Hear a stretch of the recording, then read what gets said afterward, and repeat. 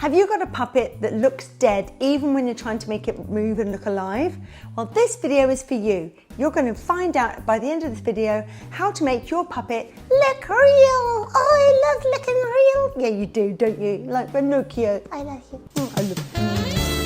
Hi everyone, my name is Stephanie Lee-Harper, aka Super Steph, and this is one of my puppets. Yeah. I've spent the last 2 decades touring the world as a magician and kids entertainer, so I'm very familiar with the stage, and now I teach public speaking and entertaining. So today we're going to be talking about making puppets real. Oh nice. Yes, we are.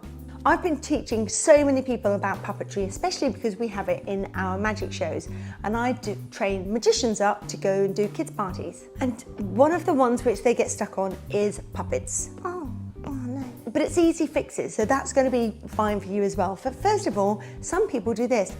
Hello, how are you? And they speak, but the mouth does not move.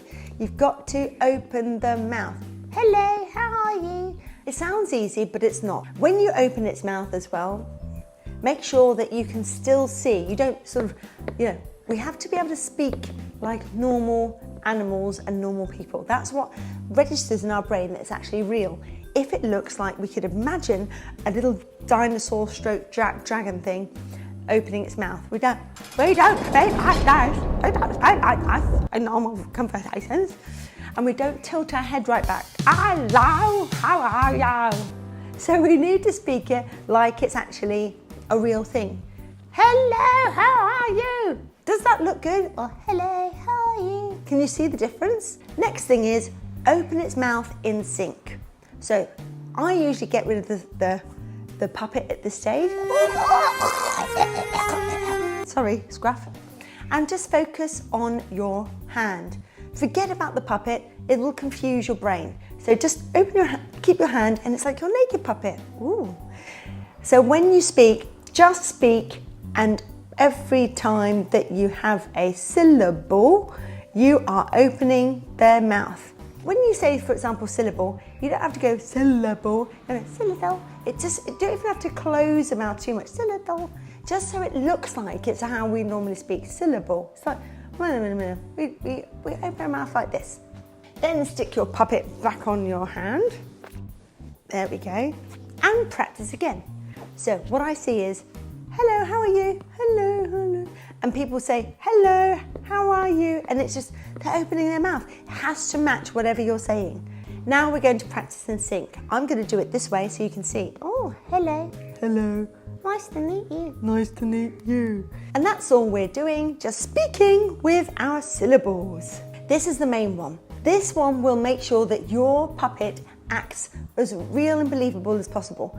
People see this and they go, oh, I'm not connecting with my puppet. It's because it's not a puppet. It's a real animal sitting on your leg, like this. Oh. So you have to imagine that this puppet is your friend, your best friend, okay? So it's moving around. Of course I'm making it move because I'm not an idiot. But what you need to do is detach yourself from it and think, what would it be doing if it was a real animal and it could hear a bird outside? Oh, and it's looking outside and it's coming over here. Animals are just like kids. Treat it like a kid. So it's sort of like looking around, scanning the room. It's not sort of like this. Dead. Are you dead? No. Or a robot. Okay, it's got to make sure that you're, maybe nudging your neck, those sorts of things, okay? It's got to be continuously moving at the same time as well. You don't just do this, that's a bit freaky, or like that. You have to move your whole body. I'm going to show you. You've got to do this, like a gimbal, like those gimbals with those sort of YouTube people have, the wedding photographers, and it moves around. That is entirely your hand. Stick it up there, and you move it around. Hello. All the way around like this. So I'm doing this at the moment. I move my elbow and moving my hand at the same time, tilting my hand, putting backwards, forwards, all of those sorts of movements. If you had a talking animal at home, I can guarantee you'd be giving it a name. Fluffy, Scrumbles. What's your name? Scruff, his name is. And I've noticed as well, sometimes when I get a new puppet, I have no idea what the puppet's name is. I don't know if it's a boy or a girl, but the ones that I always gravitate to are the ones that I know their personality. So this is one of them. I've got so many of them, but this one and the rabbit are the most important for me. You're a very easy one, aren't you? Yeah, that's lovely. Also, when you're moving, I've just did this as well. Instead of saying yeah, make it move like this. Yeah. Like we say yes, that's right, man. You know, that sort of stuff. So believe it's a real animal by making it have thoughts, feelings, looking up, scared, all of these bits and pieces. Now, can you see where its eyes are? The eyes are actually looking in the camera. Ooh. Now, just imagine the eyes are up here. Oh. Now, like this, okay? This is what I see as well for people who don't do puppetry. Their eyes, they don't realise that the eyes are the windows to your soul. Turn that head, get it pointed to the children or to whoever you're filming, the camera, and make sure that they can actually see it, okay? So it doesn't have to be always focusing on the children, but it has to be scanning, because if kids are moving, a normal dog would, just imagine it's a normal dog would just be sort of scanning at the same time as well. If I had a glance like this, oh, scary, and I ended up just speaking like this, and I wasn't actually connecting with you through my eyes, you'd switch off very quickly. So make sure that your subject is also connected with the eyeballs. And when you speak to it, you don't speak to it like this. Hello, how are you? I'm fine. You have to turn its head around. Hello, I'm fine. And turn like this, okay? But just don't keep talking like this. Hello, hi, hello, how nice to.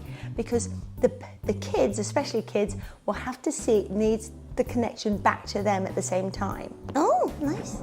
So if you like these tips on how to make a puppet real, I've also got some other tips on how to become a well-paid kids party entertainer, even as a side hustle. So click down below, fill the form out, and you'll get your free guide on how to become a kids party entertainer. When you've got your little baby animal, you've got to make sure that it keeps on moving, because movement means life. If you don't move it and it's meant to be alive, this is what happens. It looks like it's just died in your arms. So keep moving it. But there is a balance between movement and crazy movement. So I see other magicians who do this. Have you eaten my cakes? What animal do you know has like weird vertebrae that can actually do that? Can you shake your head that fast? If I shake my head that fast, I swear I'm going to have to go to the doctors. So I'm going to show you the difference. Have you eaten the cakes? Doesn't that look more realistic than a puppet that you can swing around? Perfect. So really underplay those movements rather than overplay them. Oh. It just has to keep on moving at the same time. See, I'm still moving it at the moment, and I'm moving it separately from my own body as well. My own body has its own energy, and this little body has its own energy as well. It double takes. Oh. It's unsure. Oh. Like this, okay? Another thing you can do to make this little puppet really stand out and become real is stretching and collapsing. So sometimes it'll blow a balloon up. Watch this. Okay, blow the balloon up. Oh. Pause. Which is, of course, animals can't really do. We can't sort of collapse into us, but it's a comic movement which really looks good. Like, you know, it's, oh, he's shy. Oh, stretching out. Just keep him moving and making sure that he looks comical at the same time. Ooh. Using props is a really good one as well to make sure that the puppet connects with their audience. So for example, this little one sometimes gets dressed up in a dinosaur hunter's. He's got a little wicker hat on and he has little explorer clothes on, and when you're doing a show about sort of dino hunting or fossils or something like that, then you dress up, don't you? Yeah. And it gives him another little element of becoming a real person with real dreams. Oh, dreams. If you like this video, please show me that you liked it by clicking the thumbs up, and also just have a comment below on anything that you would like to add to this video as well. Maybe you've got your own ideas about how to make a puppet come to life. Oh. What type of puppets do you need? This one is from Axtel. It's got a latex mouth, which I love. I love the latex mouths because you can sort of screw them up turn them into sort of a funny little face like this, or yeah, it's just sort of easier. It's easier on the hands as well. Sometimes it gets tiring being working with puppets. But you can have those Muppet style puppets as well.